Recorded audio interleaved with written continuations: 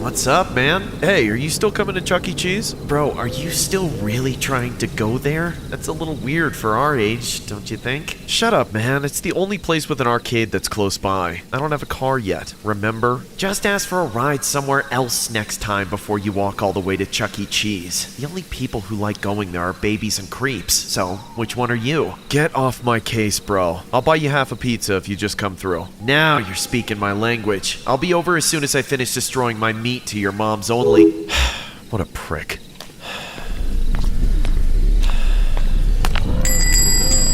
Man, this place is dead. Kinda sad, honestly. This place is almost as creepy without anyone. Well, at least I get the whole place to myself. Now, where's that coin machine? Oh, there it is. Awesome. Looks like a good amount. Let's see. What should I play first? Mortal Kombat? No, that's a two-player game, really. I should wait on Kyle for that one. House of the Dead? Maybe. I don't remember liking that one. Oh, Pac-Man. That's fun, I think. Here goes nothing. Oh yeah, this is gonna be a walk in the park. Come on, Pac-Man. Oh yeah, come on. Bring it on. You ghosts got nothing on me. 25 years with no girlfriend can do that to ya. Man, this is a lot easier than I remember. I can't believe I ever thought this was hard. Oh crap, am I gonna be the only one in this joint? Whatever. I guess I don't have to wait to use anything. Holy crap. It's Chucky. I guess it's just me and him left in this place. Why is he looking at... never mind. He's just doing his job. Just minding my business playing Pac-Man.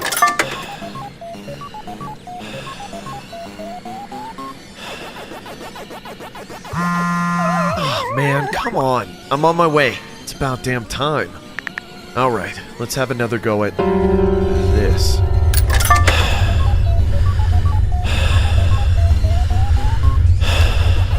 Don't look away. Just play the game. I got this. It's fine. I'm just playing Pac-Man. What am I so scared of anyway? It's just some loser in a rat suit making minimum wage. All I need to do is focus on the game. It's only Jesus Christ! What the hell is your problem? You can keep my tickets, okay, bud? Wow, there's a good game. I think I'm feeling some good old-fashioned pinball. This ought to be... What are you doing sneaking up on me like that? Well, I wanted to tell you about a special offer for our arcade lovers. How would you like to go backstage and play a game we haven't even put out on the floor yet? I don't know. It would make all your friends jealous. Sure, dude. Just show me after I take a leak, okay? That's a spirit.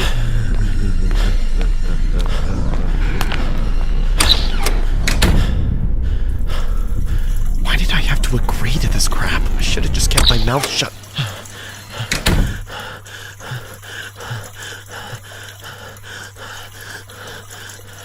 Dude, get out of here! Can you give me some privacy? Please stop looking at me! I'll get out as soon as I'm finished, alright? Hurry the hell up! I don't have all day! Okay, I'm coming! Follow me.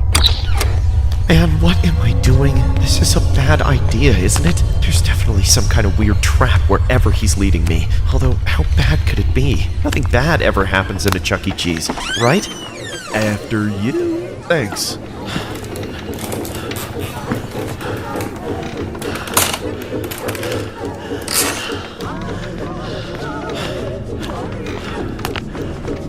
Where's the game, sir? You're in the game now. What? That's right. And you'll never leave. Ah! Get away from me! Oh crap. This can't be happening. This can't be happening. Yes! Run for me! Scream for me! Make it fun for me! What the hell is this? I see you found my friends.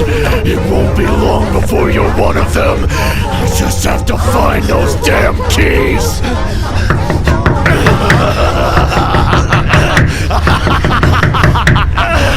Someone help me! There's no way out! What the hell? None of you are real! None of you are real! None of you are real!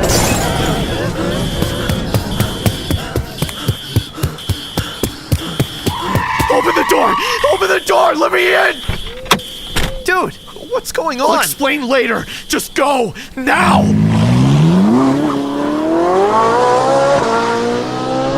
A horrible discovery has been made at a local Chuck E. Cheese franchise, leading to the arrest of a man, 50, who was hired to be the beloved Chuck E. Cheese mascot. Police have found multiple victims left to rot inside the store, which happened to be stuffed into the spare mascot suits used by the alleged perpetrator.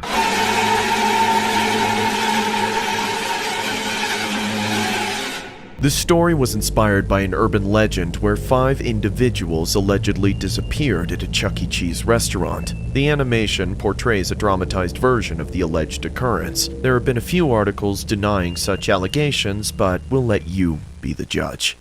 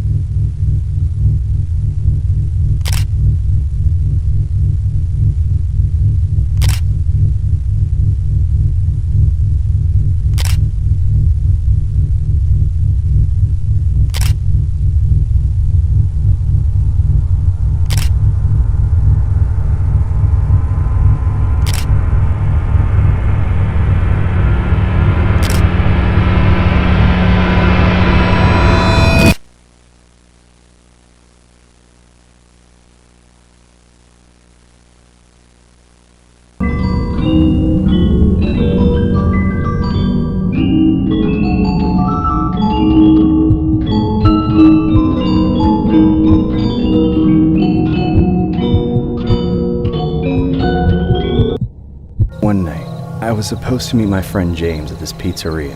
It was called Freddy Fazbear's, or something like that. I never heard of it before, but he said it was good, so I agreed to go. Plus, I loved arcade games, and James had promised that it had some of the best in town. I got to the pizzeria a little early, so I stood out front and waited for James to get there. But after about 15 minutes, he still hadn't shown up. I texted him to see how long he would be and got no response. I didn't want to just stand around waiting for him, so I decided to head inside and play some games. I bought some tokens and went over to the arcade. James was right. The place did have some cool stuff. I picked a game that was facing the front so that I could see when James walked in. I wasn't playing for very long when I noticed a really creepy guy across the room. He was extremely tall and slender, and he was wearing a suit, which I thought was strange for a pizzeria. He had to be pretty old because his hair was thinning, but whatever hair he had left practically grazed the ceiling, he was so tall. He literally looked like the Slender Man. What was worse, though, is that it looked like the man was staring at me. He had this really creepy smile on his face, and I could swear he was looking right at me. He was standing pretty far away, though, so I thought I might be imagining things. But the longer I stayed at the game, the more it seemed like the guy was watching me, and he never lost that weird smile. I assumed that he must have some kid near me that he was actually watching, so I just moved to another arcade machine to get away from him. When I got there, I checked to see if the guy was still watching me, and I was disturbed to find out he was. He had completely turned around to face my direction, and he was still staring at me. I was pretty freaked out, but I tried to ignore him and play the game. I didn't want to seem scared, but it was hard not to look a little shaken. No matter what I did, the man continued to stare at me while smiling. I again relocated to another machine, but when I looked up, the man was still staring at me. He had even moved to get a better view. I texted James to hurry the hell up, and then moved to another machine again. I just wanted to get away from the man, but no matter where I went, I kept getting stared at by him. I didn't know if he was an employee, a customer, or someone's dad, but he was creepy as hell. I didn't know what to do. I wanted to complain, but the man was standing so far away from me. It wasn't like he was harassing me or taking pictures or something. I had no choice but to go along with it and get stared at. I wanted to leave, but I didn't want to just abandon James. He was so late, though. I had no idea where he was. I felt extremely uncomfortable and scared as shit. I wanted to take a piss so badly because I was petrified of the man. But I forced myself to hold it in because I was sure the man would have followed me into the bathroom. I texted James again to hurry. Where the hell are you?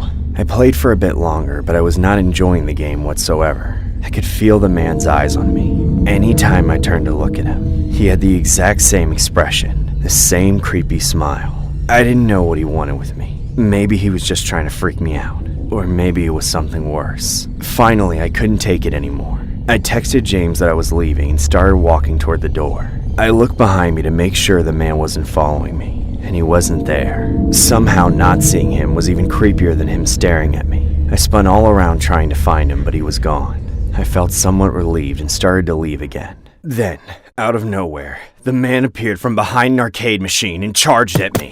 I tried to run, but he was too quick. He grabbed me by the shoulders and started yelling at me with his face an inch away from mine. Stop looking at me! Okay. I broke free from his grasp and ran out of the building. I immediately started sprinting home. I ran as fast as I possibly could, but then I was grabbed from behind by giant hands. I was being carried and dragged while the man's giant hands suffocated my face. He then tied my hands behind my back and gagged me with something. Then he threw me in the back of some van by the parking lot. I couldn't believe what was happening. I started crying and trying to scream for help through my gag, but it was no use. The van pulled away with me inside it. As I tried to sit up, I noticed that there were 4 other people in the truck with me, all of them tied up as well. Then I saw that one of them was James. It finally hit me that we were all being kidnapped. The sight of my friend in there with me made me even more horrified. I started panicking and screaming even louder. The others joined me. All of us hoped that maybe, just maybe, someone would hear us.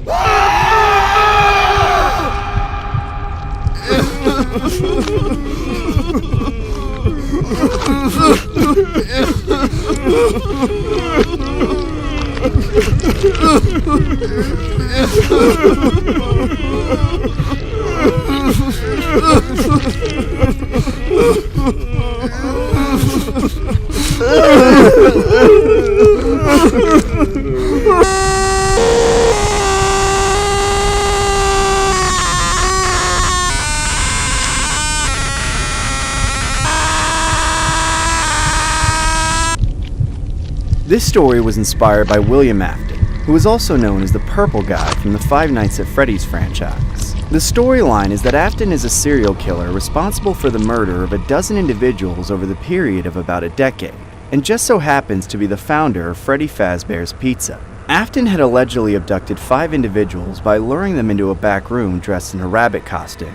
He would then hide their corpses in the animatronic costumes. Police arrested Afton, but he was let go due to lack of evidence and the bodies never being found.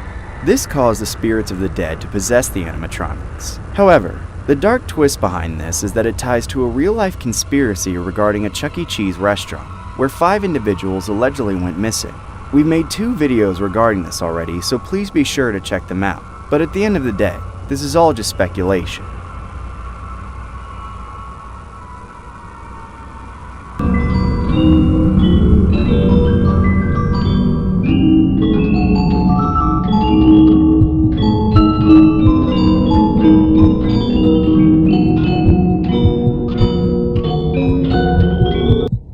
To the people that are fans of Five Nights at Freddy's, the fact that their favorite game could be based on a real tragic event is a little more than a myth. One possibility for the origin of the story out of many others. It's just another edgy piece of the lore, something to dismiss as a made-up connection. However, I believe there's far more to it than just that. I only learned the details of the game because my son is super into it. We talk about games together as a way of bonding, otherwise I never would have played it. However, once I realized that Freddy Fazbear's is obviously a mimic of Chuck E. Cheese, I started listening, and once I got the full story, I was convinced that the whole thing is based on something I experienced. Way back in 1993, I was working at Chuck E. Cheese. It was my crappy part-time job in college where I always got stuck working the late shift. Between the lifeless lighting, the uncanny animatronics, and the weird families, I was always creeped out. However, the thing that would put me most on edge was a coworker of mine who we called Nate.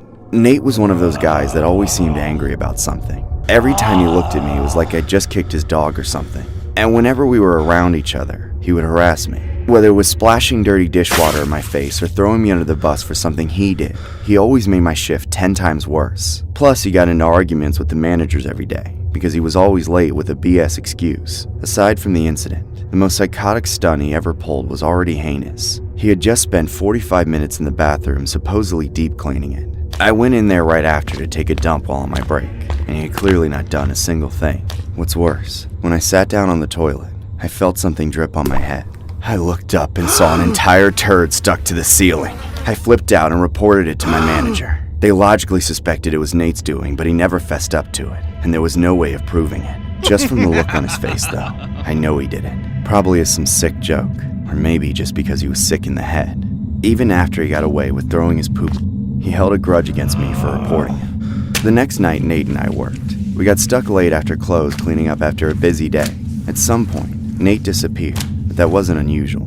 A few minutes later, while I was sweeping around the stage area, I was walking by one of the big Chuck E. Cheese suits, when all of a sudden, it grabbed me. I punched the head of the suit right off, and who else was wearing it but Nate, laughing like he was some sort of comedic genius. Both me and Nate got sent home early over the commotion. The managers must have had a talk afterwards, because the next day, as soon as Nate showed up for work, the owner fired him on the spot.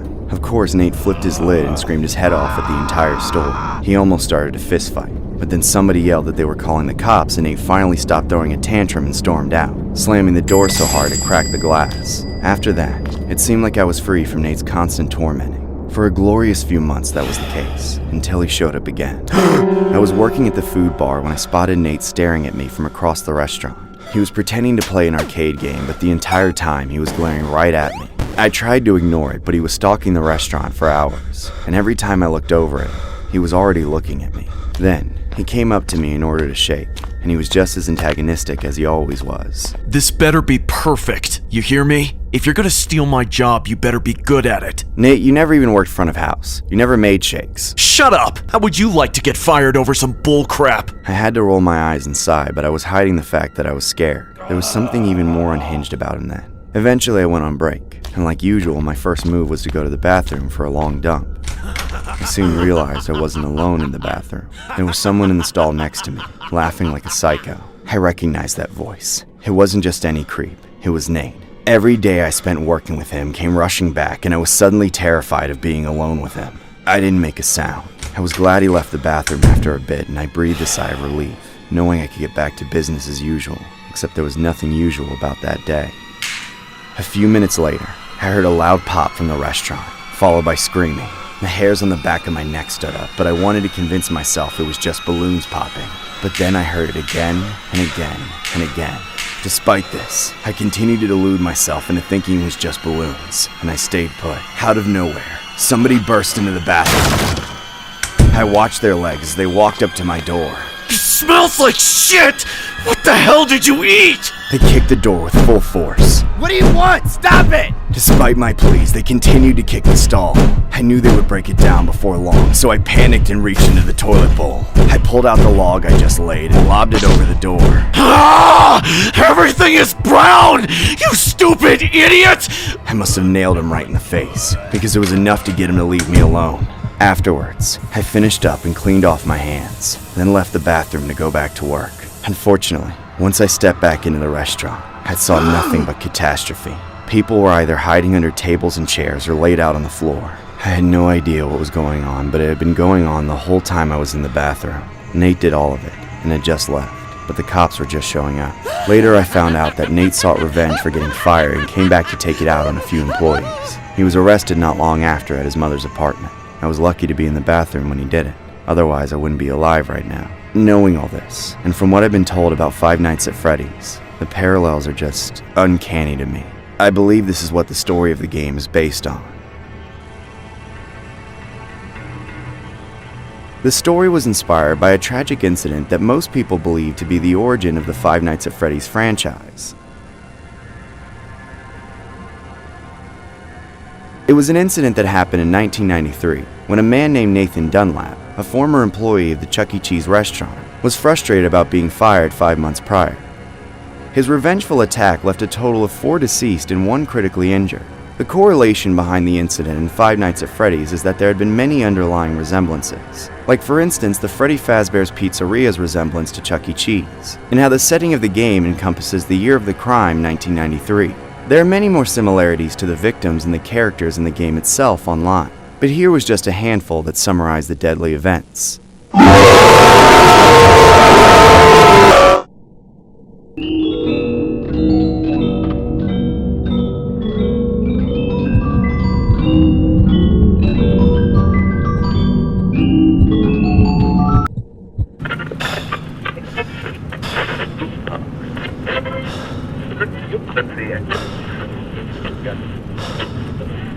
You're listening to True Horror Stories with your host, Horror Shorts Party. Don't forget to subscribe and hit that bell. And now, for a story that's sure to question that opportunity for gainful employment. I think that's the right address. Hey, are you there yet? No, but I'm only a few minutes away. Okay, perfect. I want to take this opportunity to go over the details of the job with you. I mean, it's all in the contract. So, for the first go-around, we're just gonna hire you for 5 shifts. We want to see how you handle the job. I think I'll be able to handle it just fine. I've had security jobs before. Yeah, but Freddy Fazbear's Pizzeria is different. We aren't your run-of-the-mill Chuck E. Cheese or suburban malls. Freddy Fazbear has personality. Personality? Like charm? No, like liveliness. He's got vigor, you know? Anyway, so all you really need to do is sit in a security room and watch the cameras.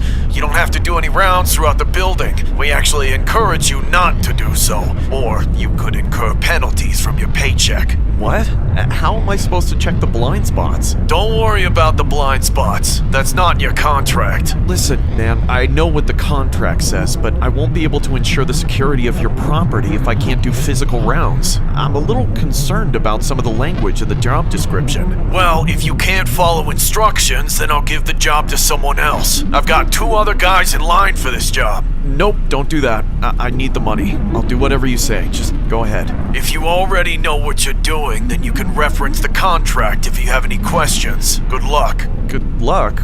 Wait, what do you mean good luck? Jeez, what a jerk. You have arrived at your destination. Oh shit! What the hell was that? You absolute moron! That's right, get out of here, you idiot! At least I'm already here. I'll worry about you tomorrow, I guess.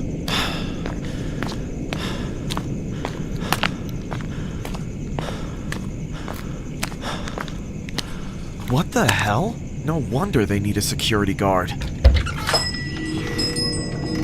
Ugh. Hey, kid! You can't be in here, we're closed! Ugh, what a great start to the job.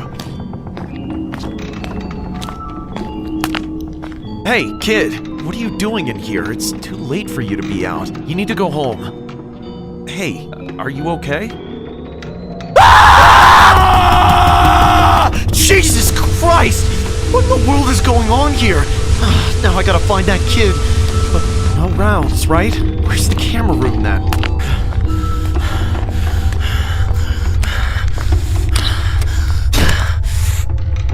Man, this place gives me the creeps. Just one camera at a time? Really?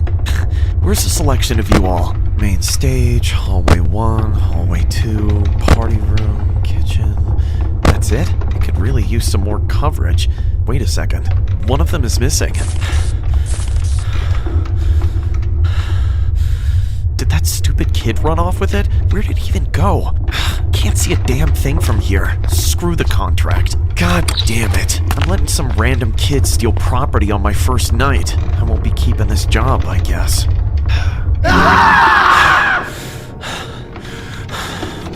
Screw this! No freaking wonder they didn't want me to leave this room. They didn't tell me those things could move on their own.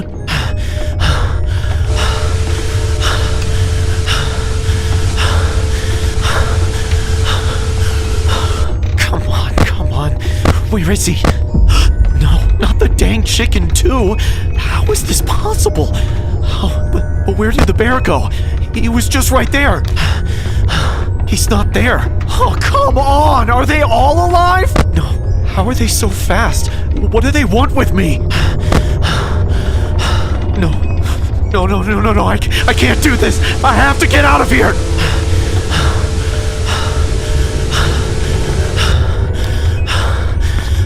Damn it! Just leave me alone! You guys can't open doors, can you?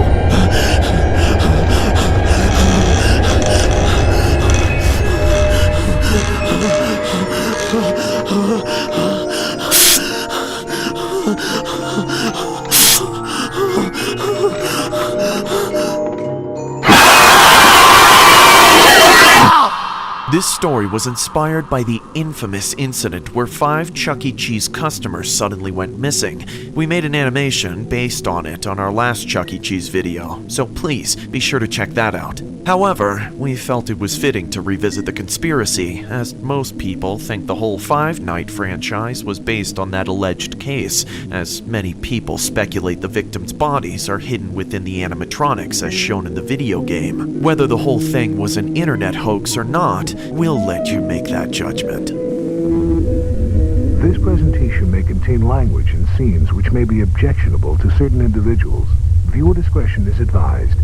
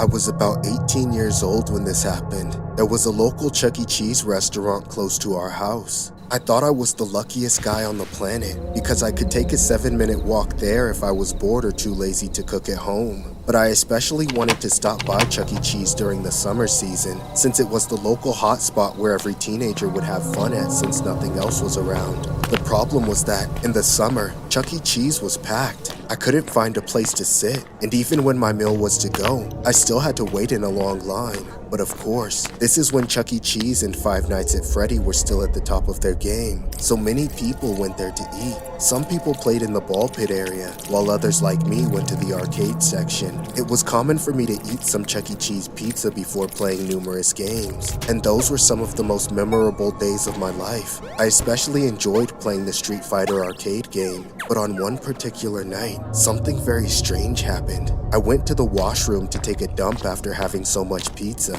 Then, from the corner of my eyes, I saw this troubling figure by the sink. He was some kind of creep who made these gurgling sounds as he twitched like a psycho.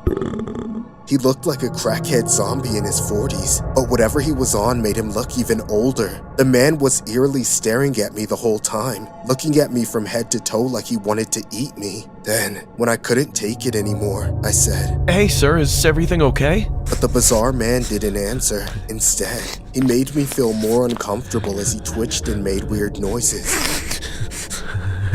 At this point, I wished someone else would also enter the washroom to break the awkward silence, but oddly, no one else came through that door. Eventually, I decided to use one of the cubicles and stay there until the creep left, but unfortunately, it was a small washroom with only 2 toilet stalls, so there was little to create a gap between us, being the only 2 people there at the time. Without delaying any longer, I slammed the door and went for it. However, just as I used one of the stalls, the creep entered the vacant one next to mine. It sounded like the man was snickering, snorting, and acting weird. I tried to ignore him since he wasn't doing anything wrong, thinking I'd be leaving the washroom as soon as I was finished. However, as I kept going, the creep started to relentlessly bang on the wall, dividing us like a psycho.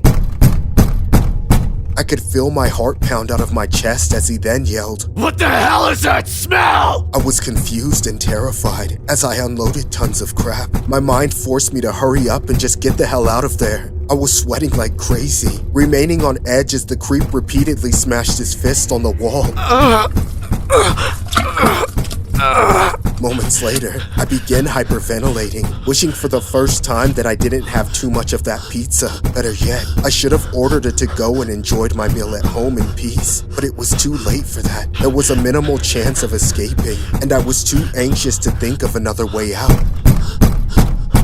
Then, suddenly, the banging stopped, and before I could do anything about it, the door to my stall opened wide. That's when the strange man came inside and grabbed me by my collar, yanking me into the air and tossing me outside the stall. With my pants down, I struggled to get up, not expecting this situation to be more intense and life-threatening. So, at the time, I was convinced this man was here to harm me. As the creep slowly approached me, I could see his eyes still twitching and his head tilted to the side as he smiled an ominous grin. I pulled my pants up as fast as I could and started limping towards the exit. From the corner of my eye, I could see the creep reach into his pocket while undermining my ability to escape. I didn't want to wait long enough to find out what he was pulling out, and so I ran toward the door. But as I glanced behind me, I saw the creep running toward me with a screwdriver in one hand. I immediately opened the door and slammed it shut while simultaneously hollering like a crazy, saying, Help! Someone's trying to kill me!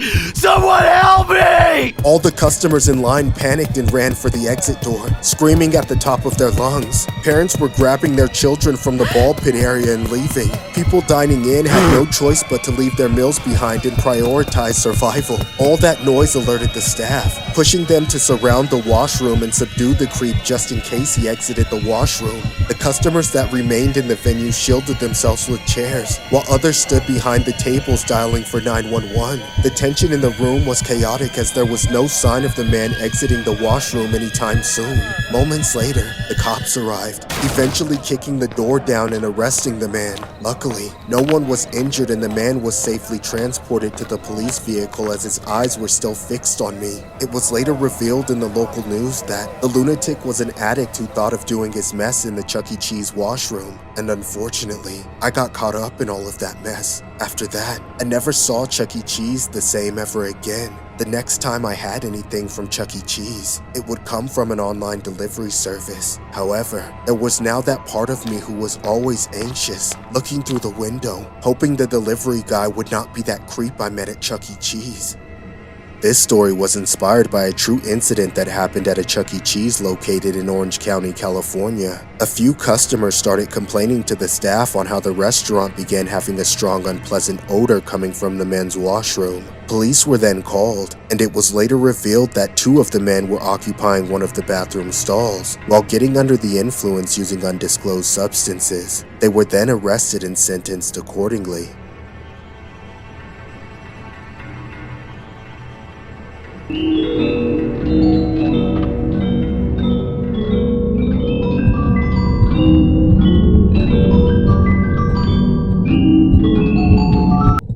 This happened in 2015. I used to take my son to Chuck E. Cheese a lot. The whole place was basically a replica of Freddy Fazbear's from that Five Nights at Freddy's game he loved so much. The place was his favorite arcade and pizza joint growing up.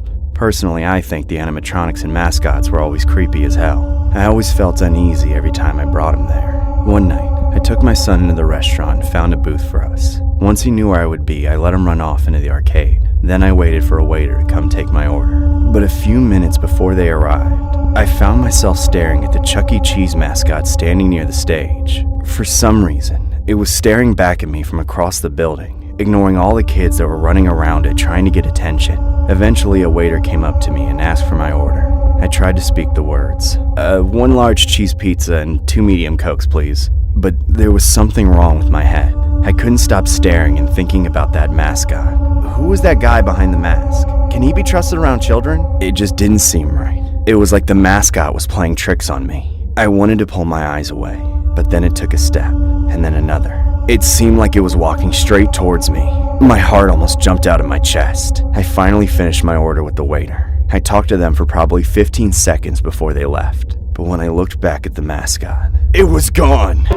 I looked all around the restaurant and arcade, but there was no sign of him. I did my best to shrug it off, despite the fact that my heart was still pounding. I looked down at my phone so I wouldn't get caught in another staring contest with that nightmare fuel of a children's mascot. A little while later, the food came out. I sipped on some soda and ate a slice of pizza, but I wasn't feeling very hungry after what happened. Strangely, several minutes passed and I didn't see my son a single time. Usually he'd run back around the table every few minutes to see if the pizza was out, and then once he had a full stomach, he would disappear.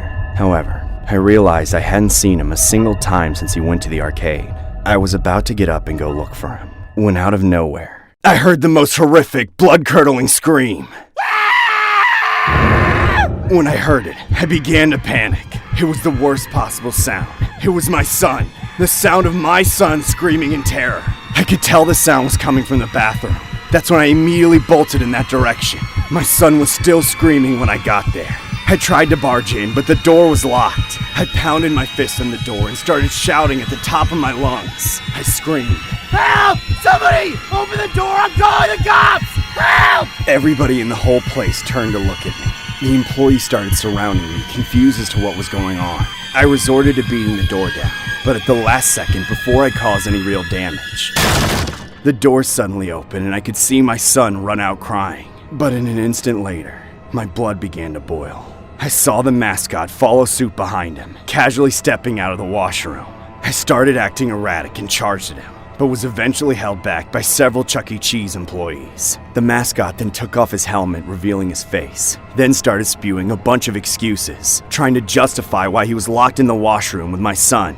In the heat of the moment, I couldn't quite comprehend what he was saying, but it was something along the lines of just trying to use the washroom and that he didn't know why the door was locked. He attributed my son screaming to him being scared of the costume. I wanted to tear him to shreds and call him out on all of it, but for some stupid reason, the manager came out and shut everything down. He told me to get out immediately or he was going to call the cops. He wouldn't hear anything I had to say. He thought I was the bad guy in this whole situation. Then, he banned me from the location and threatened to ban me from all of them if I didn't leave. I knew my son wouldn't be able to handle not going to Chuck E. Cheese ever again, so I reluctantly left. On the car ride home, I asked my son what happened, but all he said was that he thought it was Freddy Fazbear. I could tell he was lying, but no matter how much I pressed him, he didn't change his story. I'm sure he was worried that I wouldn't let him go to Chuck E. Cheese anymore if he told me what happened. I eventually dropped it, and afterwards we only went to the Chuck E. Cheese on the other end of town. A few years later, the whole ordeal was in the past, but one night, I saw a nightmare come true on the news. The picture of the same man behind the mascot was plastered on the screen,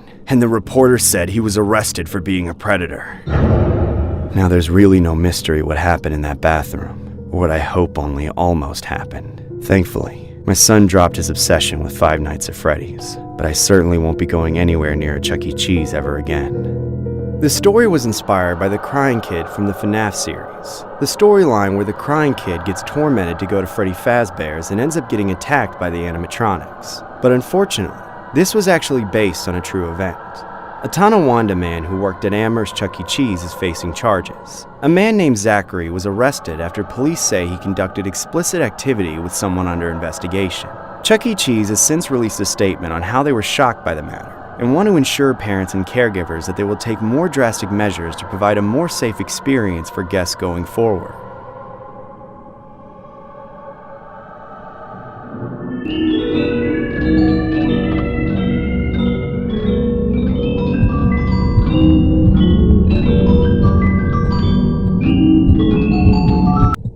My buddy Ed and I recently got a job at a cleaning company.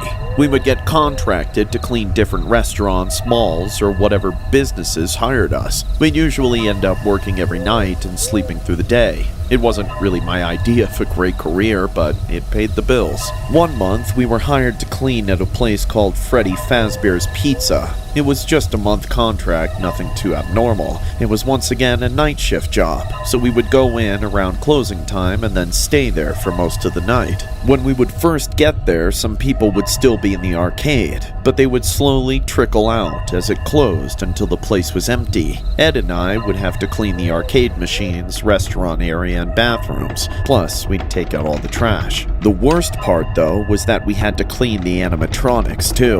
They had a bunch of them up on the stage, and we'd have to polish them up every night. I hated doing it. They honestly really creeped me out. I wasn't really sure why, but I found them scary as hell. I didn't like being around them, especially at night. Their faces seemed to glow in the dim lighting. It was like they were once alive, but now their corpses were on display. Cleaning them was easily my least favorite part of the job. Luckily, Ed didn't seem to mind them, so I would take care of the trash, restaurant area, and arcade, while Ed cleaned the kitchen, bathrooms, and animatronics. He knew I was scared of them, and he'd often make fun of me for it, but I was just happy that I didn't have to deal with them. It was also one of the harder jobs that we'd worked. The whole place was a mess every night. The guests obviously did not care about trashing the place. We would always have to stay really late to get everything done. The longer we worked there, the more I started to notice weird things. I swore that I saw the animatronics move sometimes when I wasn't looking. It was like they were possessed. The Freddy Fazbear animatronic creeped me out the most. There were several times when I noticed it was looking at me, even though I was sure that it had been looking in the other direction a minute ago, and the animatronics were always unplugged immediately after closing. It was all pretty freaky, but nothing ever really happened. That is, until one night, when the course of my life would be changed forever. I am so ready for this contract to end. That's 'cause you're such a puss with those animatronics. No, I'm not. Yeah, right. You act like they're gonna come alive and attack us. I don't think that. They just freak me out, okay? They're creepy as shit. Whatever, man. Don't you have some work to do? Sure I do, you prick. I was just leaving. You were just wasting time is what you were doing. I don't want to be here all night, so hurry up, garbage boy. All right, I'm going.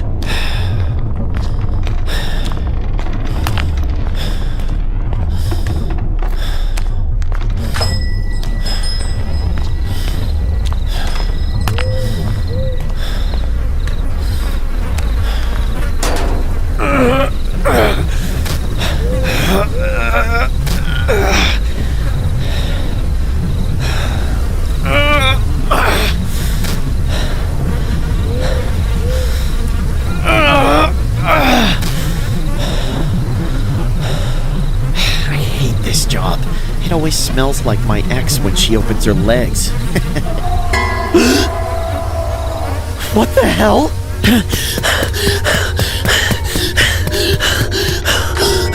Ed? What's going on?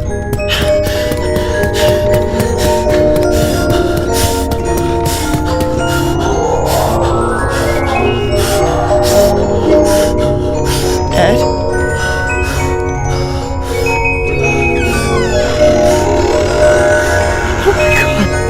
Oh my god! Ed, where are you? Oh my god! What the hell is happening?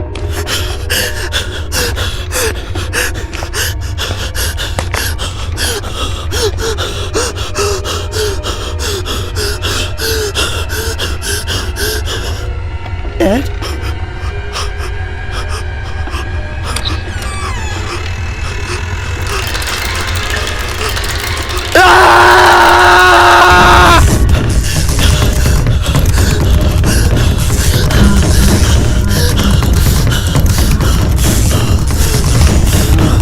Leave me alone or I'm calling the cops!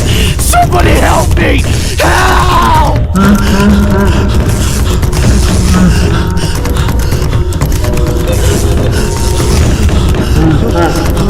I have to get out of here!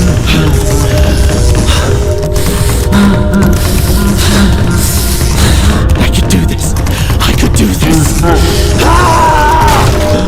Oh, you look down. Would you like a hug?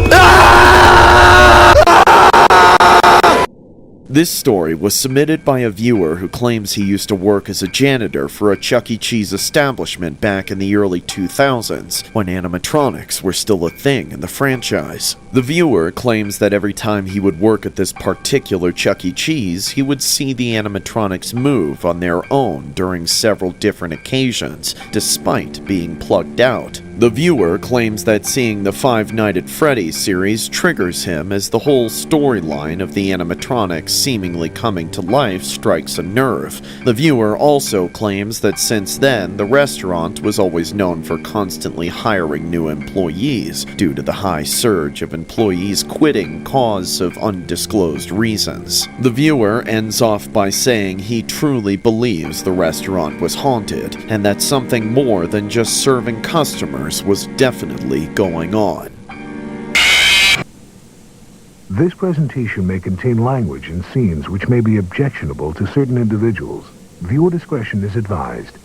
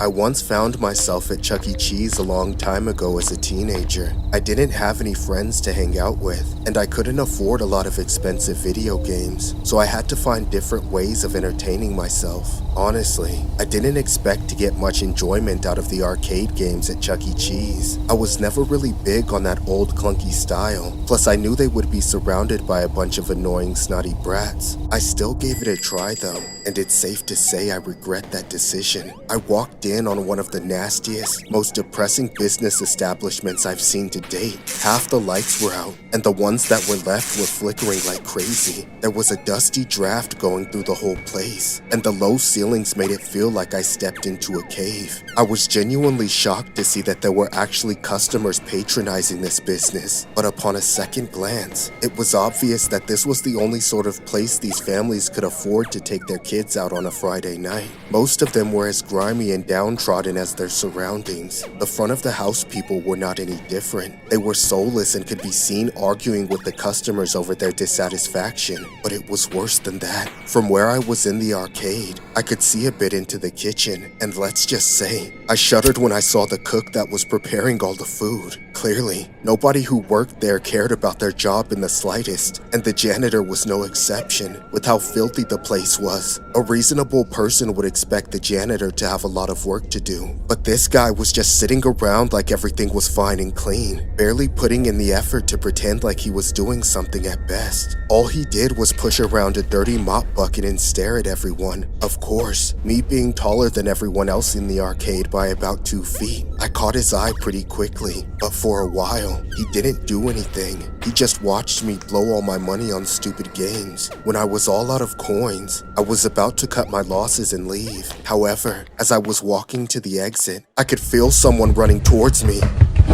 It was that creepy janitor. He went face to face with me saying, "You don't look like you're having a lot of fun. Is that true?" I mean, I guess that's why I'm leaving. Either way, I'm all out of money to spend. I'm not trying to make you spend any more of your hard-earned cash. I just want to help you out. What do you mean? You see that ball pit over there? Yeah? What about it? Ever been in one of those before? No, actually. I thought it was closed. That's the thing. All the ball pits in every Chuck E. Cheese across the country are closed due to sanitary concerns. is. Just 'cause one dumb little brat pissed himself in it and made some girl have an episode, that ball pit is fine now. Actually, now that nobody's allowed in it anymore, it's cleaner than it's ever been. But wouldn't I or you get in trouble if I go in there? Look around. Do you think anybody cares? The parents only want their kids to follow the rules,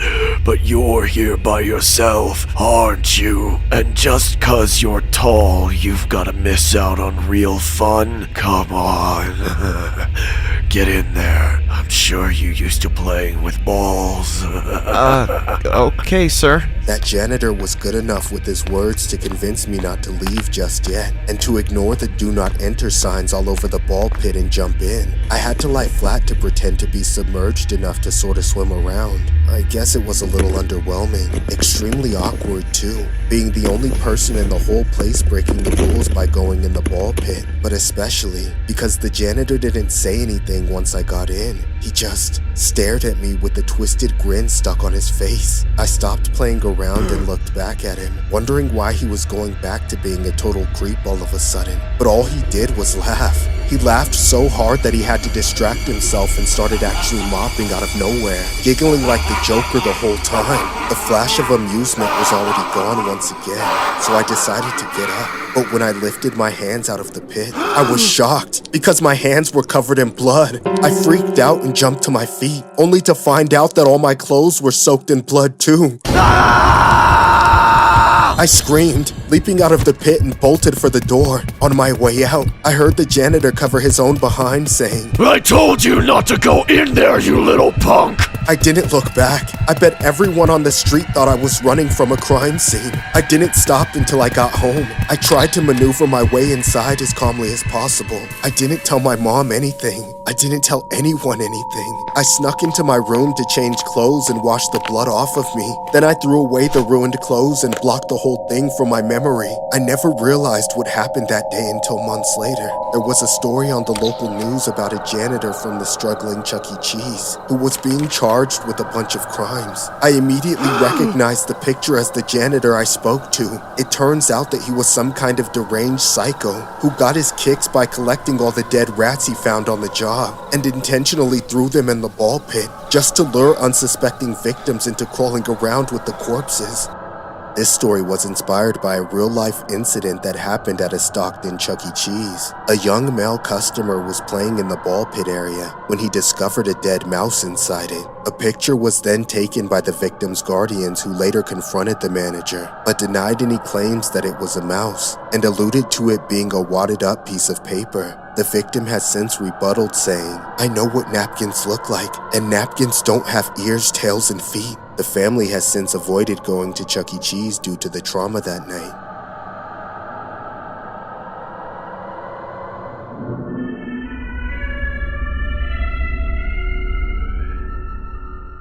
I think it's safe to say that deciding to work at Chuck E. Cheese was the worst decision I've ever made in my life.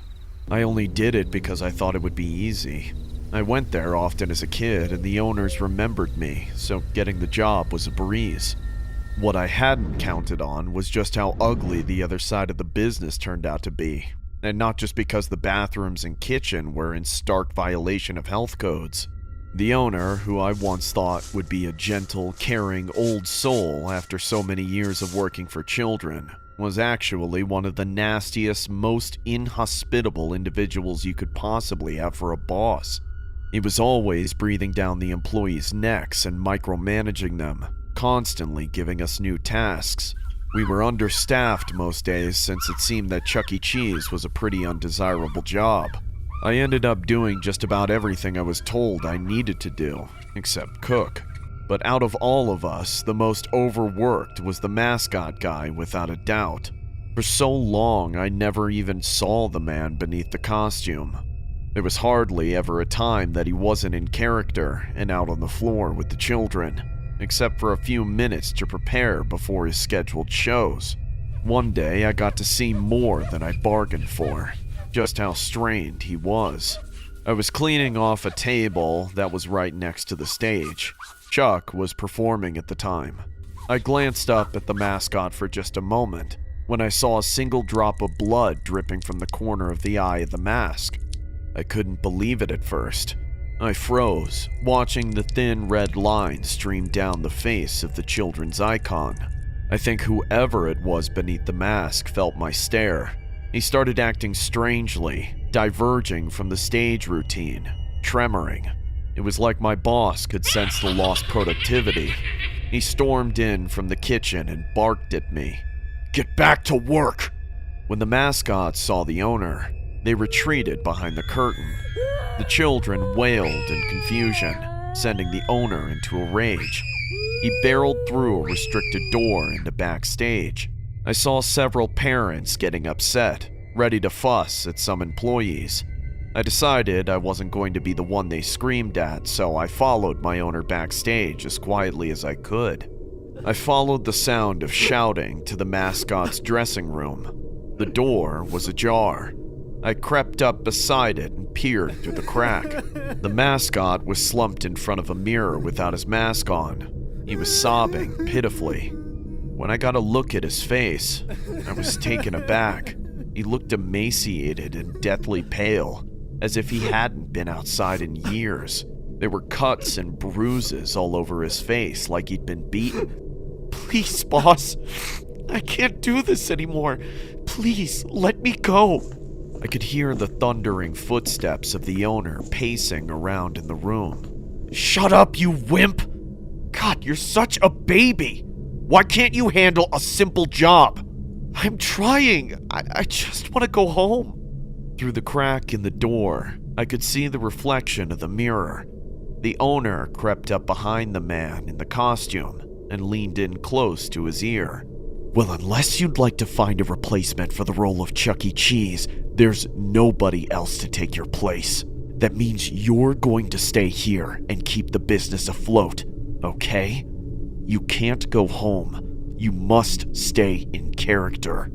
Man, people don't want to work here that bad. I can see why.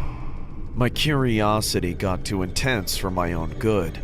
I crept forward just a little too far, and I bumped into the door. It creaked wide open and exposed me clear as day. I stood there, embarrassed.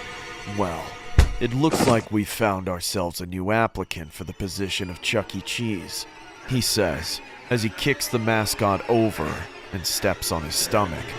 The owner looks at me and says, "Shut the door, buddy. We need to have a talk." "You messed up, man. But thank you." The mascot whimpers from under the owner's foot. I think it's safe to say we can become a 24-hour franchise, boys.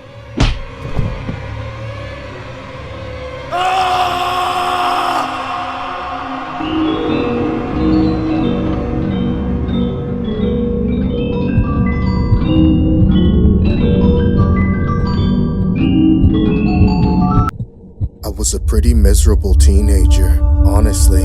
I spent most of my time crying and the rest of my time having panic attacks. I guess part of it was anxiety, but most of it was because of my family, especially my brother. He was horrible to live with. He would take every chance that he got to bully me and make my life as bad as possible. My parents did nothing to stop him. In fact, most of the time my dad encouraged him. I was a big disappointment to everyone and no one really gave a shit about me. One year, my birthday was coming up, which to most people would be a happy occasion. But to me, it was just another opportunity for my family to ruin my life. My family, and even more so my brother, would always torment me about the upcoming day and make sure I felt as miserable as possible. They'd count down the days and I'd always end up crying a lot because I was petrified of what was coming. This year for my birthday, my family was forcing me to go to this creepy place that I absolutely hated.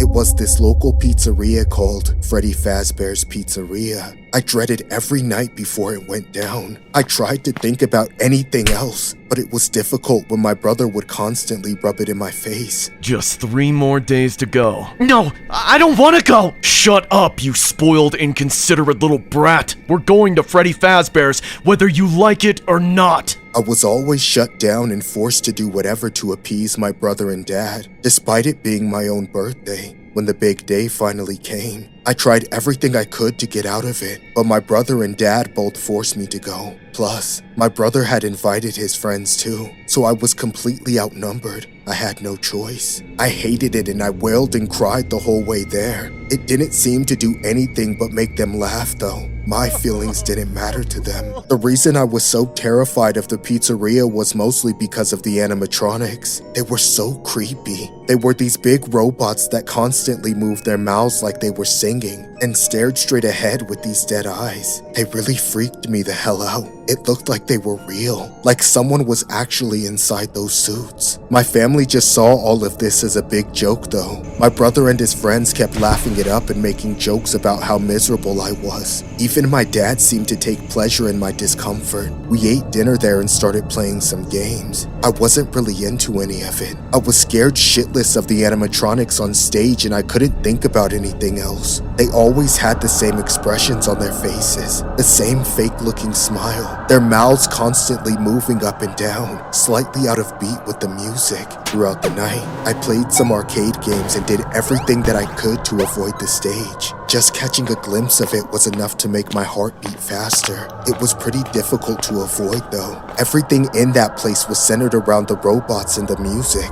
I could swear that I saw the animatronics looking at me across the room. Then suddenly, everything got 1,000 times worse. My brother and his friends cornered me by a Pac-Man machine. I knew my brother well enough to know that something bad was going to happen. I just didn't know what. Then they circled around me like some sort of gang. My brother looked almost deranged, and his friends didn't look much better. My brother smiled at me. Hey, you want to get a closer look at the stage? I whimpered a little. I was beginning to guess where this was going. Come on, guys, you know I hate them. I think you just need to get to know them better. They all started tightening the circle. I watched helplessly as they got closer and closer. There was no way I could outrun all of them. Please, just leave me alone. Grab them. Then they all started running at me and trying to grab me. I struggled against them with everything I had, but there were just too many of them and they were all bigger and stronger than I was. They grabbed me easily and started pulling me forward. I was screaming and crying, terrified of what they were going to do. Please, just let me go.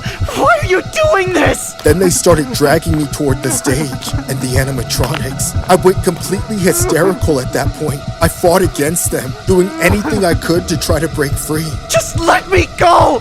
You guys are insane! What the hell are you doing? I couldn't let them bring me to that stage, but it was no use. They were too strong. They brought me closer and closer, all of them laughing while they did it. I could tell how much they were enjoying it, but I still wasn't fully sure of what they were going to do. Then they started to lift me above them. No!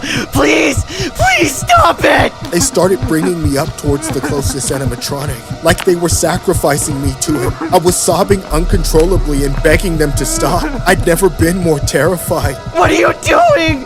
Please! Ah! As they lifted me closer, the animatronic started to chomp faster than usual, completely out of beat with the music. Then it got faster and faster. I couldn't focus on anything besides its mouth going up and down repeatedly, almost hungrily. Then it started losing control and going psycho. No! Help me, somebody! Just when I thought it couldn't get any faster, it jolted towards my head.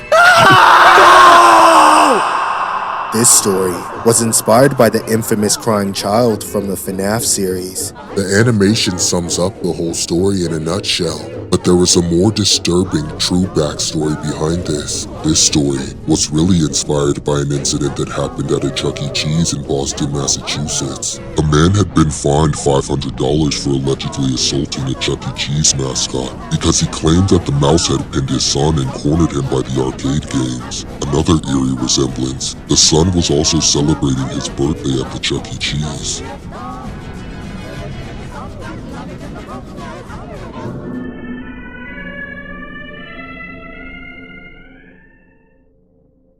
I've been holding on to this for a couple of years now, and feel like I need to get it off my chest. I had a few years to digest this, and now I'm ready to share my story with the world. I wish to remain anonymous, so for the sake of this story, my name will be Danny.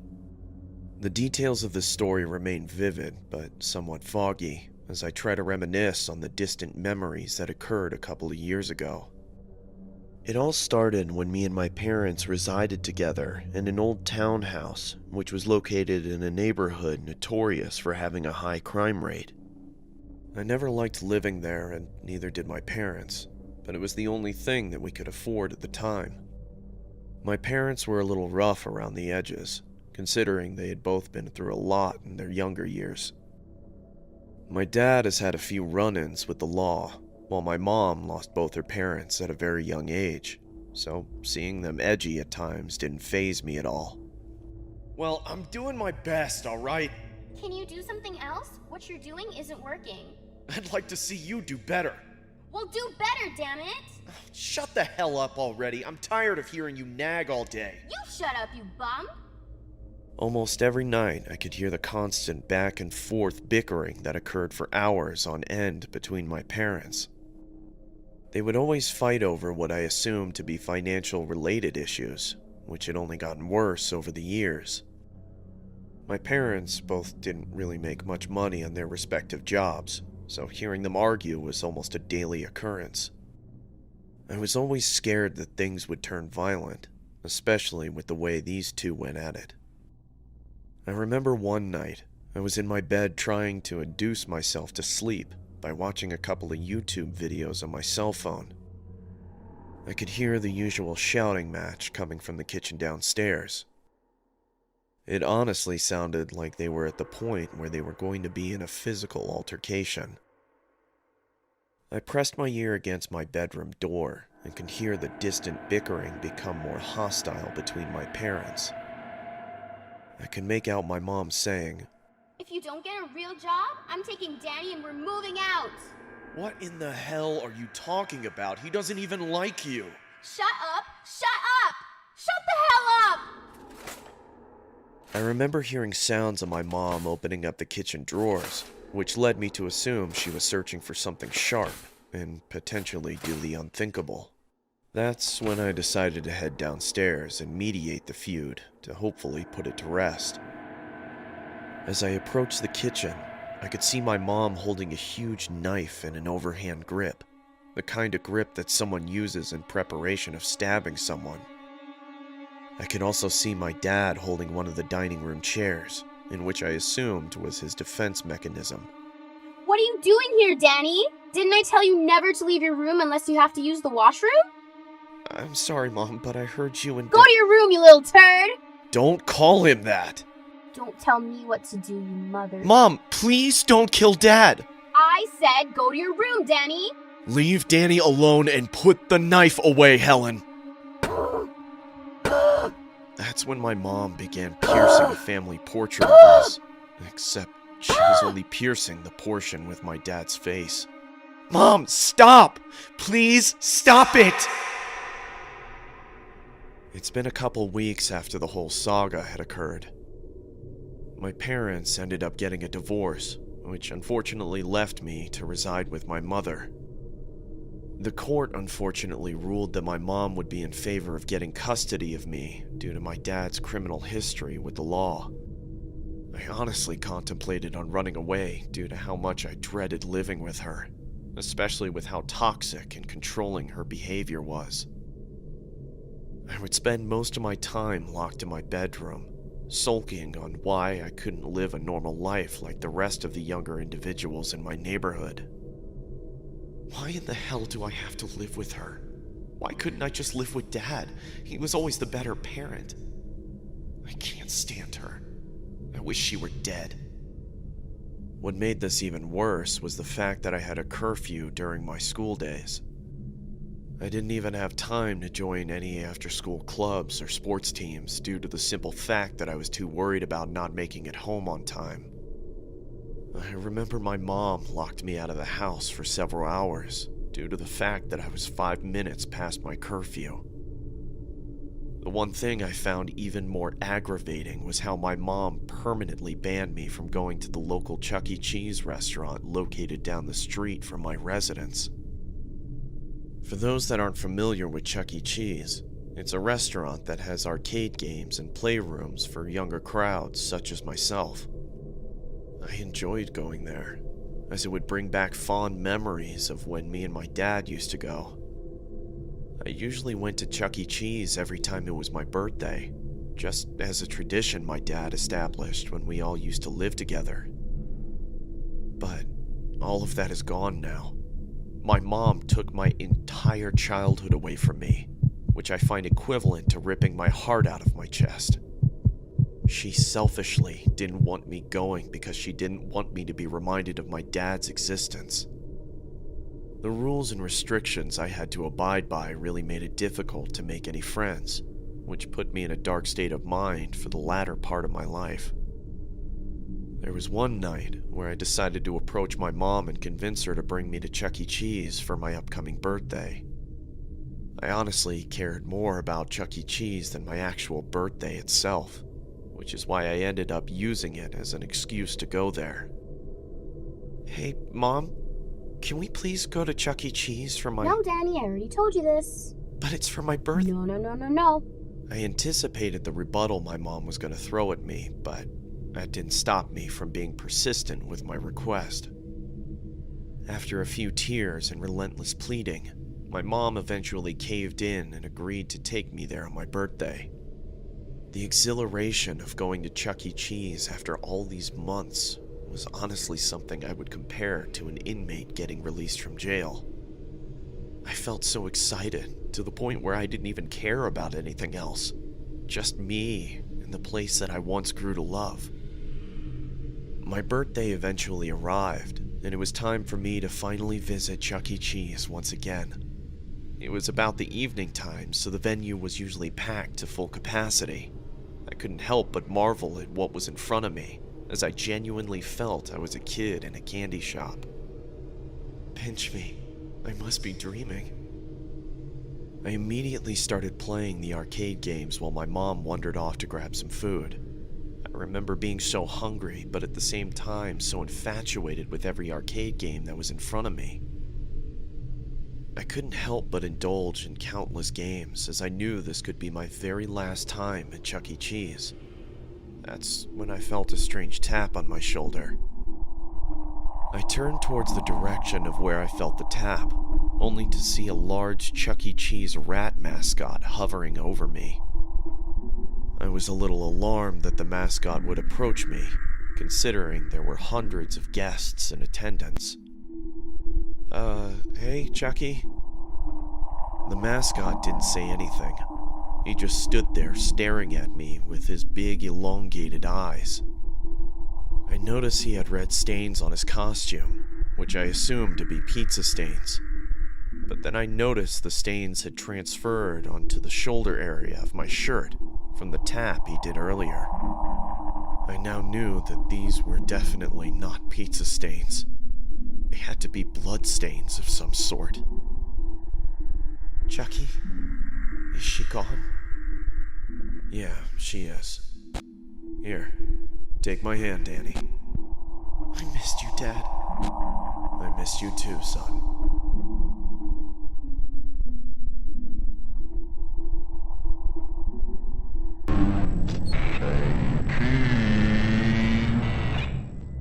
I'd been driving for 2 days on a cross-country road trip, only taking breaks to sleep and refuel. I was somewhere in the middle of nowhere when snowflakes started to fall on my windshield. By the time I made it to the next exit, the visibility was too poor to drive in. To my surprise, not far off the ramp, there was a Chuck E. Cheese, just sitting by itself in a parking lot with no other buildings around it. It was nighttime, but the lights were still on.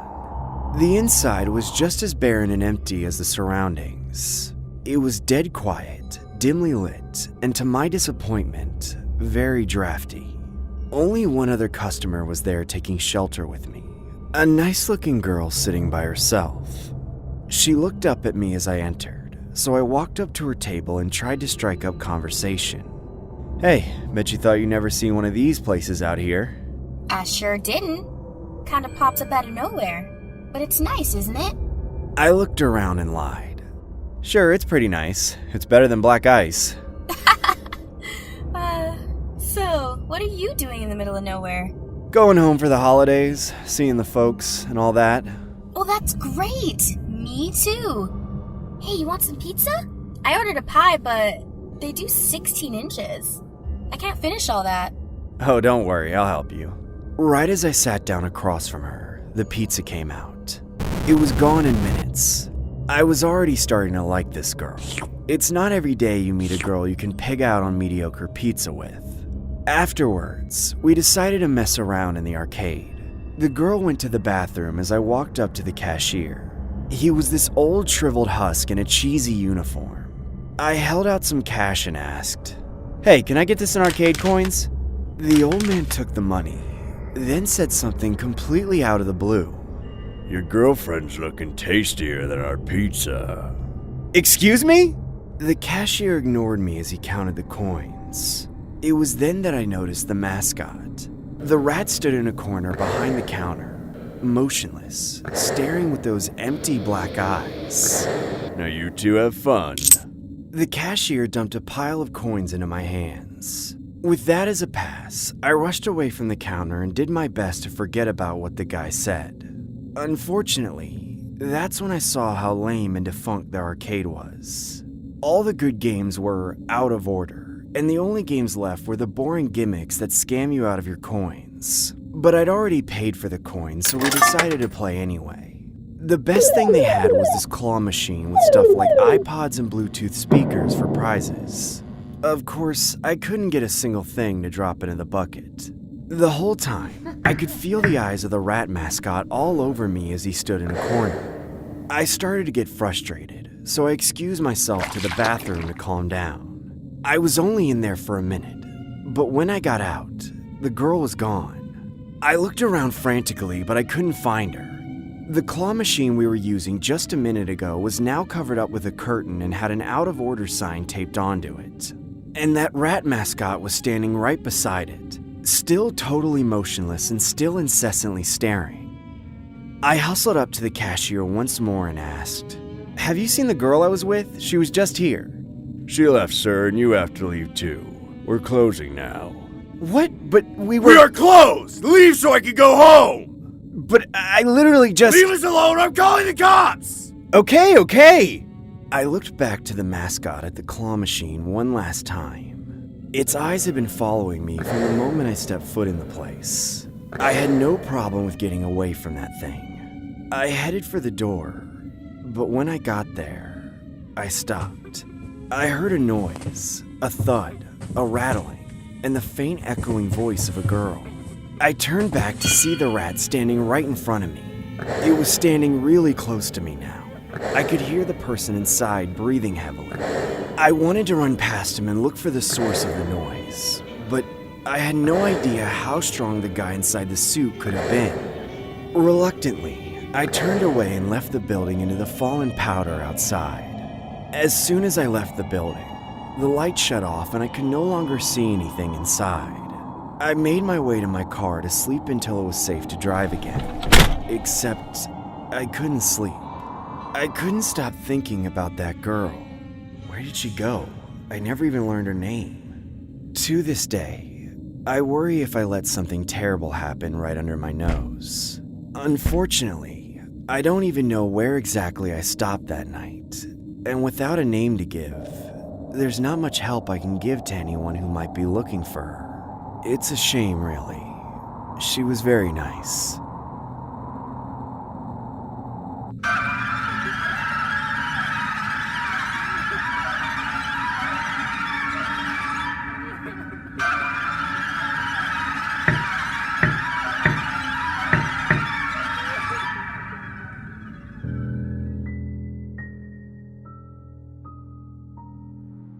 I used to love going to Chuck E. Cheese. My parents would take me there every Thursday night when I was younger. I can't say that love remains since I've gotten older. It's all because of that one night. It began so perfectly. It was my birthday, so I got a huge allowance for arcade coins. The arcade was always my favorite part of Chuck E. Cheese. No grown-ups, no creepy mascot, just games as far as I could see. And so many tickets. I was racking up enough of them to go for the plastic gun and handcuffs on the top shelf behind the prize counter. I'd wanted it for so long, and I was finally going to get it. But as I ran around a corner looking for the next game to dump my coins into, I ran into an adult. "Oh, sorry, sir." "Watch out there, little buddy. I didn't mean to." "It's okay. I'm glad we bumped into each other. I want to introduce you to my son, Alex." I hadn't even noticed that there was a kid with him until then. He was so small and frail, compared to how pudgy his father was. He didn't even look related. "Go on. Say hello, Alex." "I guess you're feeling a little shy today. That's okay. What's your name, son?" I'm Jimmy." "Well, that's great. I think you and Alex will become good friends. Why don't you play some games together?" After that, the man just walked away, leaving his son with me without even giving me a moment to respond. I sure felt bad for the kid, but I didn't want him to take any of my tickets. We stood awkwardly for so long, it was unbearable. The kid's eyes were so empty, like he couldn't even see me. More than anything, I just wanted him to stop looking at me for one moment. Then, I noticed something hanging loosely from his wrist, a smartwatch. I wondered how a kid who looked so hungry could have something that expensive. It was the only thing I had for some conversation to break the silence. "Hey, that's a nice watch. How'd you get it?" "Oh, this? Did you want it? If you beat me in a game of skee-ball, I'll give it to you." "Really? You just let me have it? What a sucker," I thought. This kid had no idea how good I was at skee-ball. A smartwatch was a way better prize than a plastic gun, and I was bound to have both. Sure enough, I smoked him fair and square. It didn't feel right, though. The kid didn't seem like he was trying to put up a fight at all. He didn't even score a single ball. But he still gave me the smartwatch, so I didn't argue. He handed it to me without crying or anything, and as soon as I figured out how to put it on my wrist, he was gone. I didn't see him or his father the rest of the night at Chuck E. Cheese. I was confused, but I forgot about the whole thing quickly. I got my prize and ate my pizza, then I went home. After I was supposed to be asleep, I was sitting up in my bed checking out all the features that came with my new toy. I spent a few hours just playing the games that were built into it. Then, at about 2 in the morning, a notification popped up. It read, "Your location services have been turned on." Right after that, another message from an app I didn't recognize. "Your location is now being tracked." Suddenly, a pit formed in my stomach. I started sweating, panicking. My heart was racing. I quickly made the decision to turn it off completely and threw it away from myself. Several eternal minutes of waiting in tense, breathless silence followed. I heard footsteps through the window. I jumped off my bed and hid behind it, staring into the night just outside. I got played on my birthday.